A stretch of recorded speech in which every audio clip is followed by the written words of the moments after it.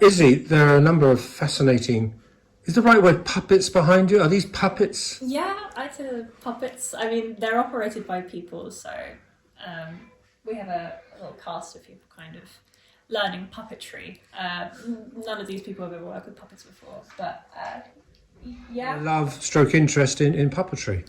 I first started enjoying and watching puppets from movies that had puppets in them, so Jurassic Park and Alien and The Thing, which are quite scary movies to grow up watching, but I was just fascinated by the puppets behind them, and that was kind of what sparked my love for them, to bring something so inhuman to life, using practical effects is something that really fascinated me from a seriously young age. And then I started working here when I was 16. And So when you were at school, so you were at school at Stewards, did you get a chance to do this type of thing when you were doing art? Nope. You just did art? Yeah, I just did art. It was more 2D stuff. Back then I really didn't have any idea what I wanted to do.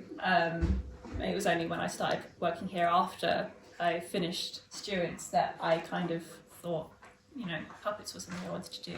Now, I first saw one of your puppets, and I keep forgetting the name, and he's behind. Is it Sammy? Sammy. That's Sammy, right. great. How did Sammy come about?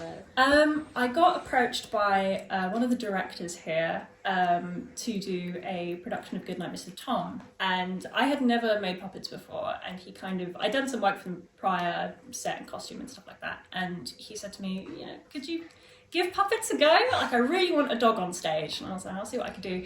And I actually incorporated it into my college course, that then I had a big exhibition in Brick Lane in London to celebrate the whole thing. And it got a lot of people on board with kind of getting interested in puppets and things like that.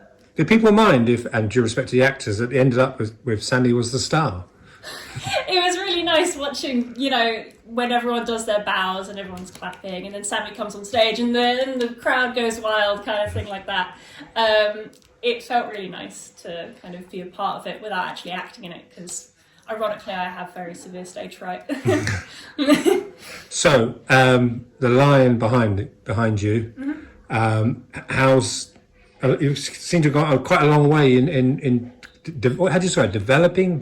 Developing, yeah, Yeah. It works, yeah. So obviously he's not done. You can see some exposed kind of wood on his legs. They'll be completely covered. The theme behind all of these puppets is, because it's The Lion, the Witch and the Wardrobe, the kind of style idea was to make them all look like they were made out of the contents of a wardrobe. So we have used all recycled materials for their fur and fabric, going to different charity shops and places around Harlow to kind of source our materials. But yeah, his kind of style with his really colourful mane is to make him look more magical, and he's a very unreal animal. Now, on this occasion, we're just interviewing you, but other people are involved, and that's really been part of the heart of the community theatre project, hasn't it? Yeah, so we kind of put out a call to people just saying, we can't do this by ourselves, we need extra hands.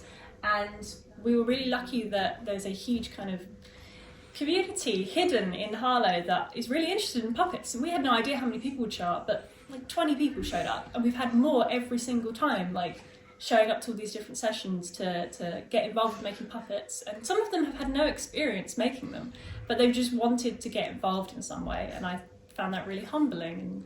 And people of different ages? Yeah, so we've had all kinds of age groups from 14, 15, 16 all the way up to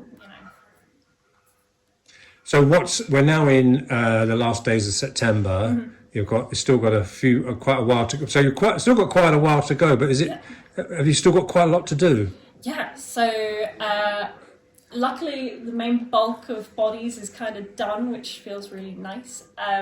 We have a few extra characters left, the two mainly being the beavers, which are a very integral part of The Lion, the Witch and the Wardrobe, but they're going to be puppets that I've never made before, and so between me and my team working that out has been a challenge, and it's been something that we've all had to kind of sit down and brainstorm and kind of wrap our heads around.